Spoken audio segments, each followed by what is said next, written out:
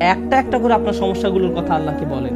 আপনার এমনও সমস্যা থাকতে পারে যেটার কথা আপনি নিজেও জানেন না, কিন্তু আল্লাহ জানেন। আমি আর আপনি যদি সত্যিকার অর্থে আল্লাহর নিকট ক্ষমা চাইতে পারি, তাহলে ওই অজানা সমস্যাগুলো স্বর্গীয় হস্তক্ষেপে সমাধান হয়ে যাবে।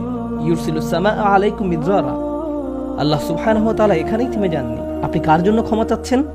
আপনার নিজের জন্য। ইস্তাগফিরু রাব্বাকুম। তোমরা নিজেদের জন্য ক্ষমা প্রার্থনা করো। আল্লাহ বলেন, ওয়ায়ুমদিদকুম বিআমওয়ালিন ওয়া বানিনা। তোমাদের ধন সম্পদ, তোমাদের সন্তান সন্ততি বাড়িয়ে দেওয়া হবে।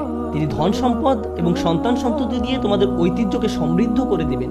এমন সম্পদ নয় যা আপনাকে আল্লাহর কাছ থেকে দূরে সরিয়ে দিবে, কারণ এই টাকা দেওয়ার কথা এসেছে আপনার ক্ষমা চাওয়ার প্রেক্ষাপটে। তিনি আপনাকে ভালো অর্থ দিবেন যা আপনার জন্য দুনিয়াতে এবং পরকালে কল্যাণ নিয়ে আসবে। তিনি আপনাদের ভালো সন্তান দান করবেন যারা আপনার জীবিত থাকা অবস্থায় ভালো কাজ করবে, তারা আপনাদের সম্মান করবে, ভালোবাসা দেখাবে, আনুগত্য করবে, আপনি তাদের দেখে গর্বিত হবেন। এমনকি আপনি এই দুনিয়া ছেড়ে চলে গেলেও তারা ভালো কাজ করতে থাকবে, যা সাদাকায়ে জারিয়া হিসাবে আপনার আমলনামায় এসে যোগ হবে। আল্লাহ আপনাকে এই সব কিছু দান করবেন।